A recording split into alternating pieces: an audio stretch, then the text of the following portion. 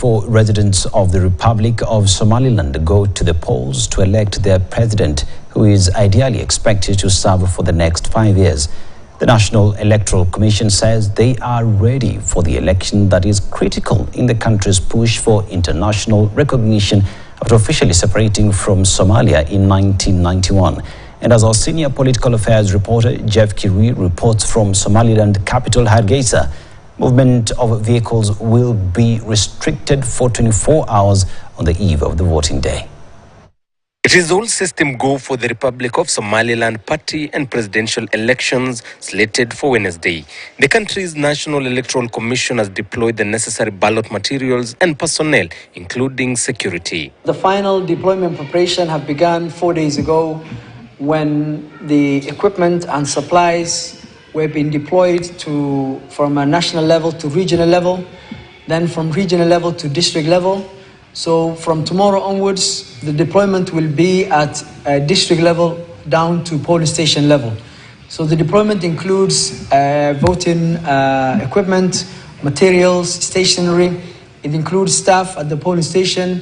It includes security. It also includes voter education materials and resources. Particularly on security matters, movement of vehicles will be restricted for 24 hours during the voting day, with only vehicles with special electoral commission identification plates allowed to operate.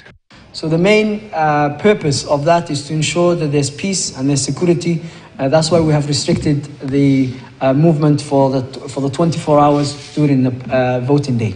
The International Election Observation Mission has deployed 28 observers from 13 countries for the 2024 Somaliland party and presidential polls. We produced a preliminary report 2 or 3 days after the election day itself, so on the 15th or 16th of November.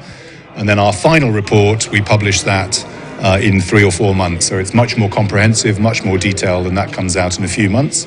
And that is used by the electoral institutions in Somaliland to help develop their processes and their capacities. On the voting day, that is on Wednesday, all the 2,630 polling stations will be opened at 7 a.m. and closed at 6 in the evening. The polling station closes, then the counting starts at the polling station with the presence of the political parties and political association agents. The election having been postponed for 2 years, this particular one is unique for the National Electoral Commission as they get to test the biometric voter verification system in 1,068 polling stations, mainly in the 6 regional cities, to identify voters using their iris in the quest for fair, verifiable and credible elections. In this election, 3 candidates will be contesting for the presidential seat. That is the current president Musa Bihi of the ruling party Kumliye, the opposition leader Abdirahman Mohammed Abdullahi of Wadani party, and Uhid party's Faisal Ali. Jeff Kirui, KTN News, Hargeisa, Somaliland.